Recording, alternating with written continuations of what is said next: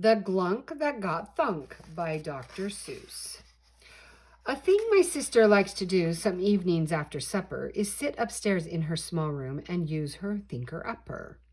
She turns her thinker-upper on, she lets it softly purr.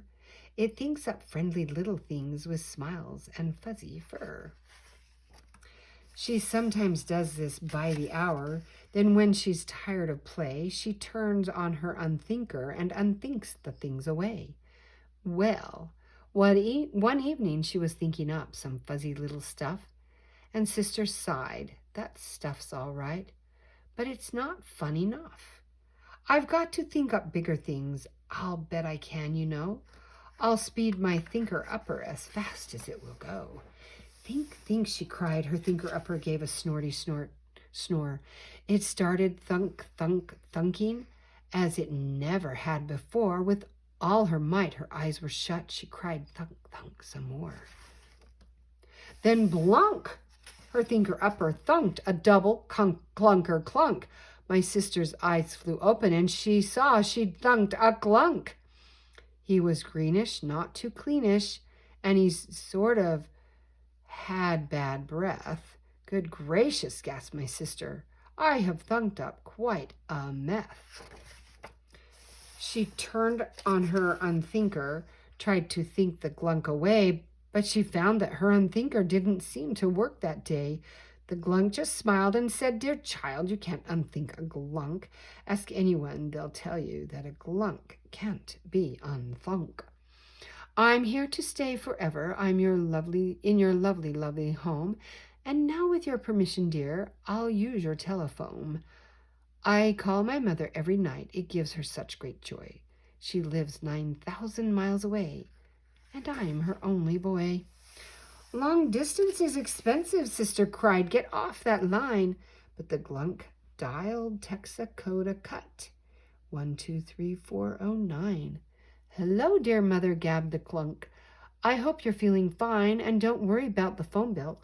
It's all paid by a friend of mine. I've just called you up to tell you how I love you. Oh, I do. And today I did some cooking, and I cooked some glunker stew. Let me tell you how I did it. You may want to make some too. You take a cup of applesauce, you add a pinch of straw, you drop in 14 oysters, 7 cooked and 7 raw. You beat it to a frazzle with a special frazzle spade. Then you pour it in a rubber boot half filled with lemonade. Then you toss it in the mixer where you spuggle it and spin it. Stop, my sister yelled. That costs $10 every minute. Money, pooh, the glunk just laughed. Don't think of things like that. Then he said, Now, darling mother, let me see, where was I at? Oh, you take it off the mixer, then you stew it nicely pink. Then you add a hunk of something, hunk of a chunk, a luck, I think. Then you chunk in chunks of chicklets, then you plunk in 7 cherries.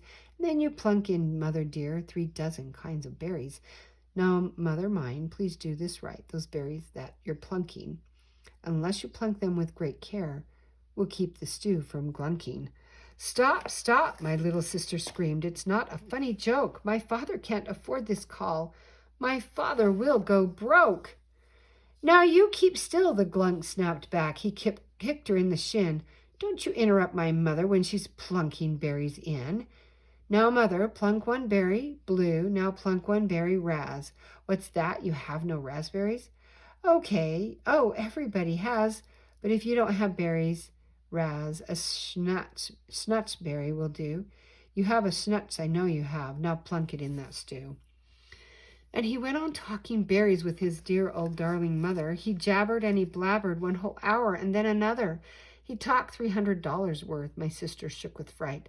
This glunk might cost us millions. He might jabber on all night. My father will be ruined. We'll be penniless. We're sunk unless I can unthunk him.